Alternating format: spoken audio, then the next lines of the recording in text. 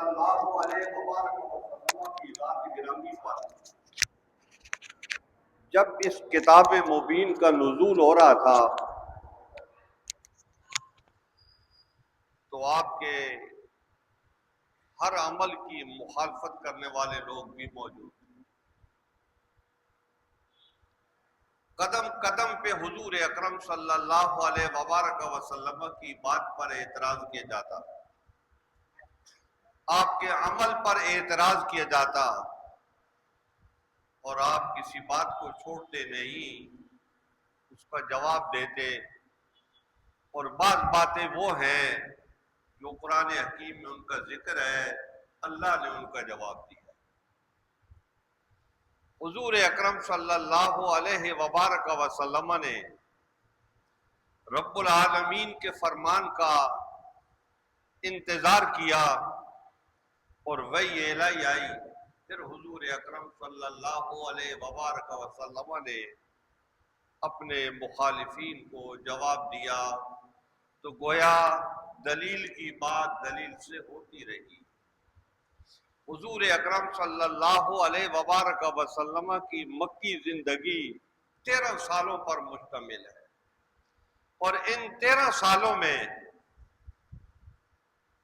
حضور اکرم صلی اللہ علیہ وبارک وسلم دلیل کے ساتھ حق کو پیش کرتے رہے، اور آپ کے مخالفین جو تھے ان کا رجحان دلیل کی طرف نہیں تھا، وہ زیادہ تر اپنی طاقت سے، اپنی افرادی قوت سے کام لیتے تھے۔ حضور اکرم صلی اللہ علیہ وبارک وسلم افرادی قوت کا جواب نہیں دیتے تھے، کیوں؟ کہ اس وقت اس کا جواب دینے کا آپ کو حکم نہیں تھا۔ جب آپ مدینہ منورہ تشریف فرما ہوئے تو پھر آپ کو حکم ہوا کہ اب ان کی جوابی قوت کا جواب دو، تو پھر حضور اکرم صلی اللہ علیہ وبارک وسلم نے ان کو جواب دینا اس معاملے میں شروع کیا، ورنہ اس سے پہلے مکی زندگی ساری دلائل کی زندگی ہے۔ قرآن حکیم فرقان حمید بھرا پڑا ہے، ہر ایک بات کے اوپر جو ہے وہ دلائل۔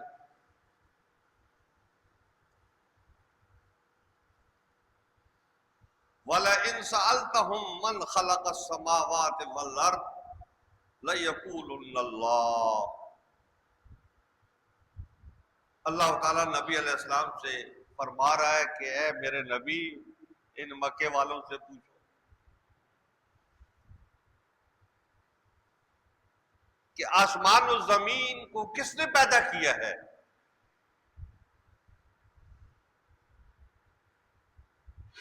تو یہ کہیں گے اللہ نے پیدا کیا۔ تو جب کائنات کا خالق اللہ ہوا تو تمہارا خالق بھی اللہ ہوا، تو پھر آگے کہاں جا رہے ہو؟ اس کی عبادت کو چھوڑے کیوں جا رہے ہو؟ اس سے منہ کیوں موڑے ہوئے ہو اس کی ہدایات سے؟ تو جب وہ تمہارا خالق ہے، کائنات کا خالق ہے، تمہارا خالق ہے، تو معبود بھی وہی ہے۔ تو قرآن حکیم فرقان حمید دلیل سے بات کر رہا ہے، اور دلیل سے ان کو جواب دے رہا ہے۔ حضور اکرم صلی اللہ علیہ وبارک وسلم بھی 13 سال تک ان کو جواب دیتے رہے۔ تو یہاں پر اللہ تعالیٰ یہ بات ارشاد فرماتا ہے فَاسْتَمْسِكْ بِالَّذِي أُوحِيَ إِنَّكَ عَلَىٰ صِرَاطٍ مُسْتَقِيمٍ، کہ میرے نبی جو آپ کی طرف وحی آ رہی ہے، جو قرآن حکیم کا نزول ہو رہا ہے آپ پر، تو آپ اس پر پختہ رہیے کہ إِنَّكَ عَلَىٰ صِرَاطٍ مُسْتَقِيمٍ، بے شک آپ صراط مستقیم پر ہو، سیدھے راستے پر ہو، پختہ راستے پر ہو، مضبوط راستے پر ہو، صاف اور شفاف راستے پر۔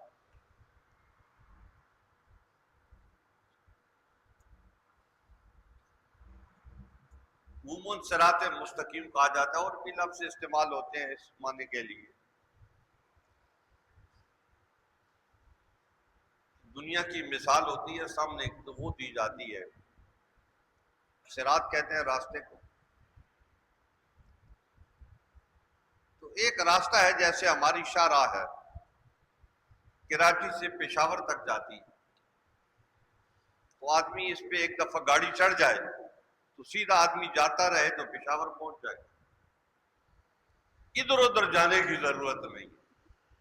تو اسی کو مثال بنا کے اس زمانے میں بھی ایسی شاہراہیں ہوتی تھی اور ان پر قافلے چلتے تھے، دن کو بھی چلتے تھے، رات کو بھی چلتے تھے، تو وہ قافلے رواں دواں رہتے تھے، تو وہ ادھر ادھر نہیں ہوتے تھے، تو اپنی منزل پہ پہنچ جاتے تھے۔ شام سے قافلہ چلا مکہ مکرمہ کے لیے تو وہ اسی راستہ، متعین راستہ ہے، شاہراہ ہے، تو ادھر ادھر ہونے کی ضرورت نہیں ہے، اسی راستے پہ چلو۔ تو اسی سے اللہ نے مثال دی ہے، جیسے وہاں تم چل کے اس راستے پر اپنی منزل پہ پہنچ جاتے ہو، تو یہ قرآن حکیم فرقان حمید وہ کتاب ہے کہ یہ وہ شاہراہ ہے جس پر چل کر آپ اپنی منزل تک پہنچ جاؤ۔ تو اللہ تعالیٰ نبی علیہ السلام سے فرماتا ہے کہ نبی، یہ آپ کے مقابل والے جو ہیں، جو لوگ ہیں، تو یہ باتیں کرتے رہتے ہیں، لیکن انک علی صراط مستقیم، آپ صراط مستقیم پر ہیں، تو آپ اسی راستے پہ چلتے رہیں گے اور اسی راستے پر آپ کے ماننے والے جو ہیں وہ بھی چلتے رہیں گے۔ قرآن حکیم فرقان حمید نے بار بار اس طرف توجہ دلائی ہے کہ یہ کتاب مبین یہ پڑھنے کی ہے۔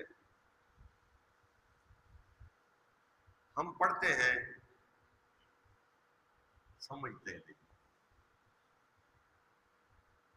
کیوں کہ ہمیں عربی نہیں آتی،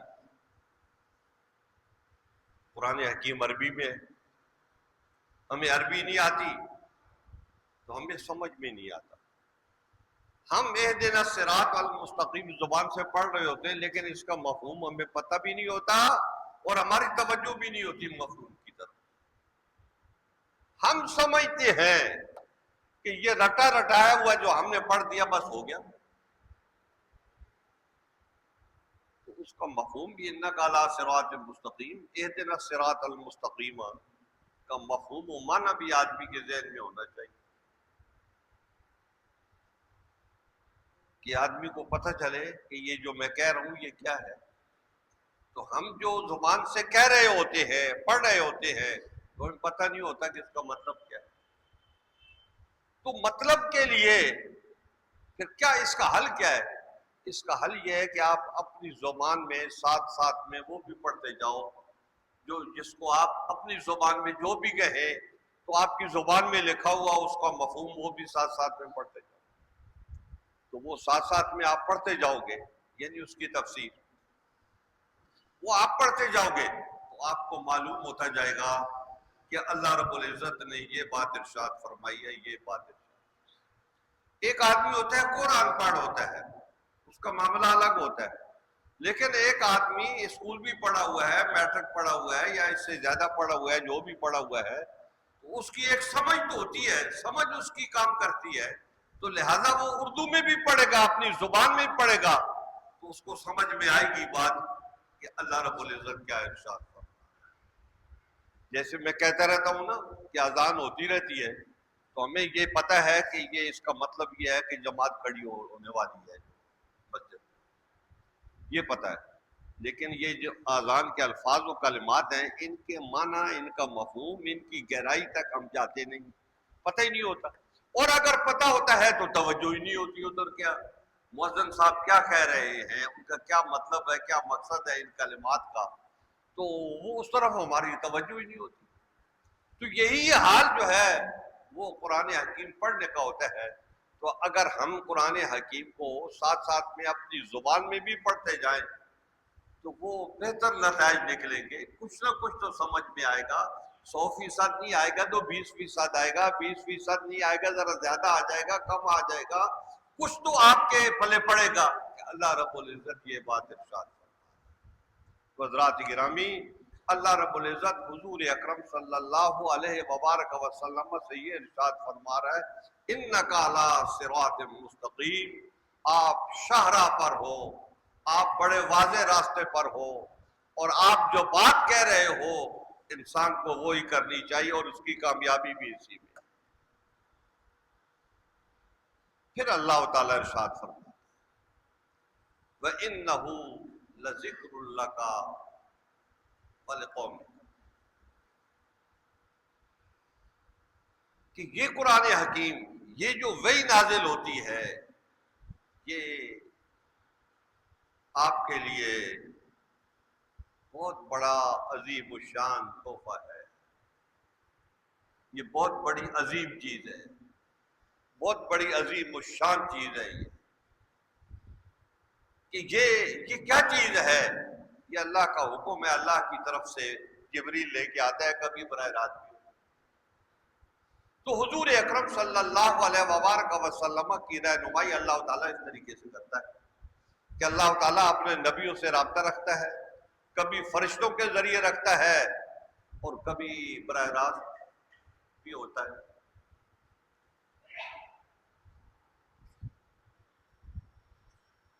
جیسے حضرت موسیٰ علیہ السلام نے براہ راست کہا کہ میں دیکھنا چاہتا ہوں، تو اللہ نے فرمایا لا ترانی، آپ نہیں دیکھ سکتے، براہ راست بات ہو۔ حضرت موسیٰ علیہ السلام براہ راست بات کر رہے ہیں، اللہ تعالیٰ سے سوال کر رہے ہیں رؤیت کا، اللہ تعالیٰ کہہ رہا ہے نہیں یہ نہیں ہو سکتا، ہاں اس کی ایک صورت آگے بیان ہوتی ہے، لیکن میں یہ بات کہہ رہا ہوں کہ کبھی براہ راست بات ہوتی ہے نبی کی اللہ تعالیٰ سے اور کبھی فرشتوں کے ذریعے ہوتی ہے، تو اس طریقے سے اللہ تعالیٰ اپنے نبیوں سے بات کرتا ہے۔ لیکن جو اس کے ماں سوا لوگ ہوتے ہیں ان کے اوپر کوئی وحی نہیں آتی، کوئی براہ راست ان کی رہنمائی نہیں ہوتی اس طریقے سے، تو ان کی رہنمائی نبی کے ذریعے ہوتی ہے۔ بعد میں آنے والے جتنے لوگ ہیں وہ جس مرتبے کے بھی ہیں تو ان کی رہنمائی نبی علیہ السلام کے ذریعے سے ہوتی ہے۔ قرآن حکیم فرقان حمید حضور اکرم صلی اللہ علیہ وبارک وسلم لکھوا کے گئے، جب وحی آتی تھی تو کاتب کو بلا کے لکھوا دیا جاتا تھا، تو حضور اکرم صلی اللہ علیہ وبارک وسلم سارا قرآن حکیم لکھوا کے گئے۔ حضرت ابو بکر صدیق رضی اللہ تعالیٰ عنہ نے اس کو جمع کیا سارے کو،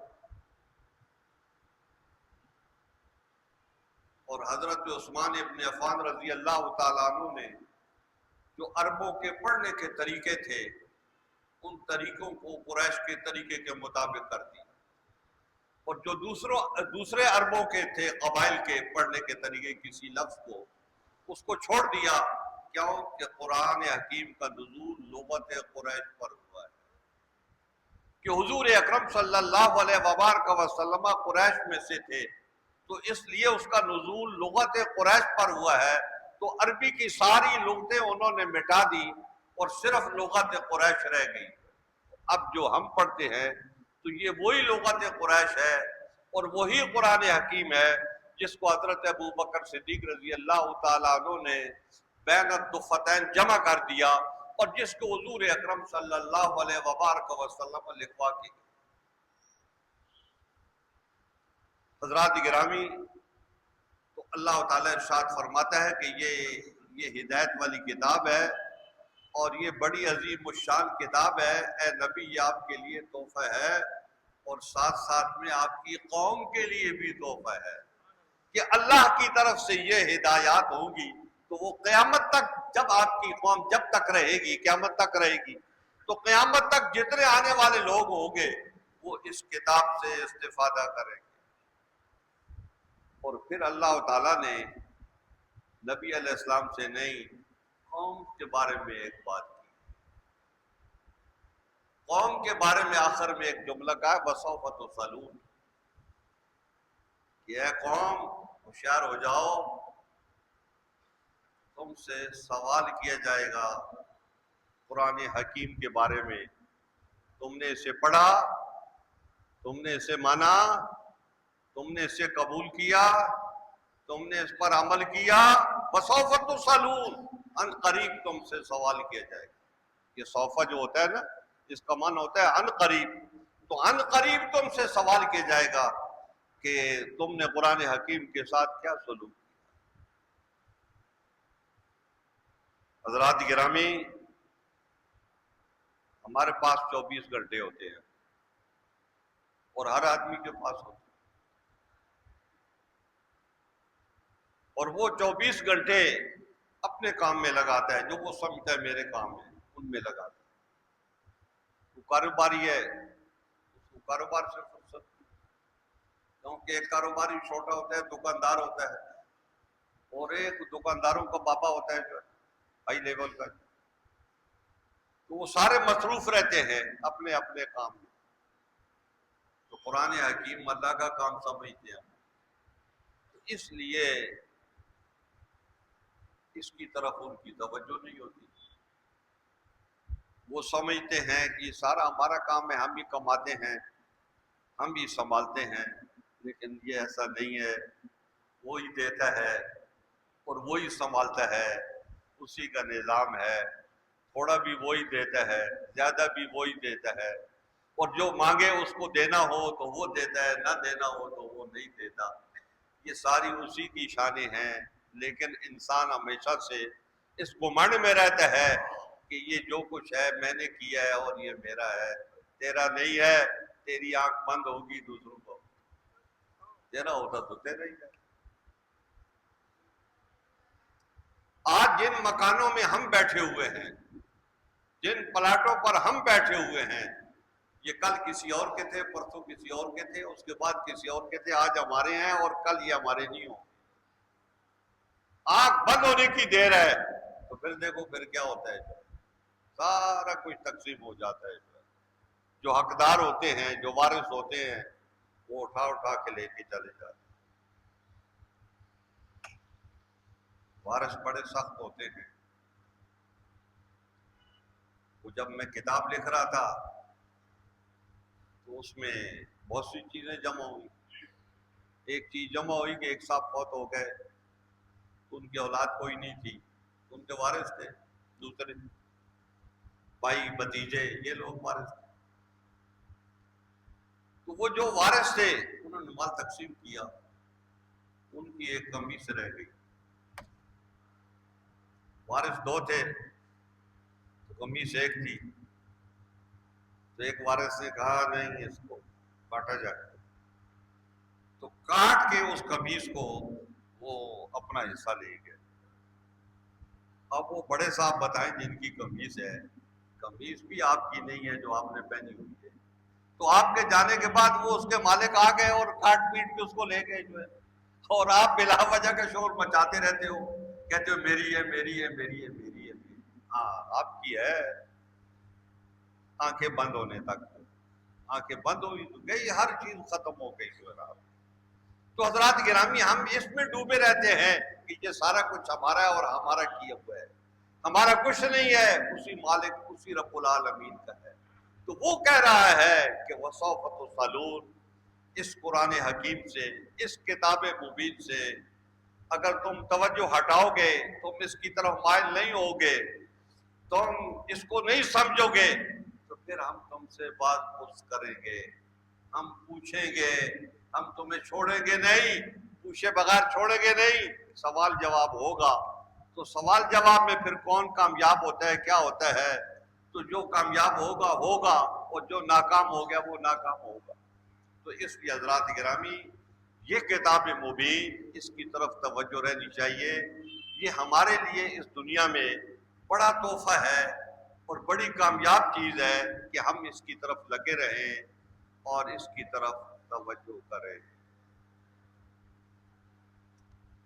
بہرکیف انسان ہے جس سے یہ کتاب مبین ہمیں پہنچی ہے، تو وہ ہمیں ہماری نظروں میں رہتے ہیں جن کے ذریعے سے پہنچی، اور وہ حضور اکرم صلی اللہ علیہ وبارک وسلم کے صحابہ اکرام ہیں جن کی وجہ سے یہ کتاب مبین ہم تک پہنچی. تو لہذا ان کا شکریہ بھی رہنا چاہیے، ان کا احترام بھی رہنا چاہیے، ان سے بھی محبت رہنی چاہیے، ان سے بھی تعلق داری رہنی چاہیے. اور ان کو نگاہ احترام سے دیکھتے رہنا چاہیے کہ یہ سارا کچھ، یہ اتنی بڑی دولت کائنات کی، یہ ان کے ذریعے سے ہم تک پہنچی ہے۔ اے اللہ ہم اس بات کی توفیق عطا فرما۔ اور آخر میں حضور اکرم صلی اللہ علیہ وبارک وسلم کی حدیث مبارکہ کہ انا خاتم النبیین لا نبی بعدی، کہ میں آخری نبی ہوں، میرے بعد کوئی نبی نہیں۔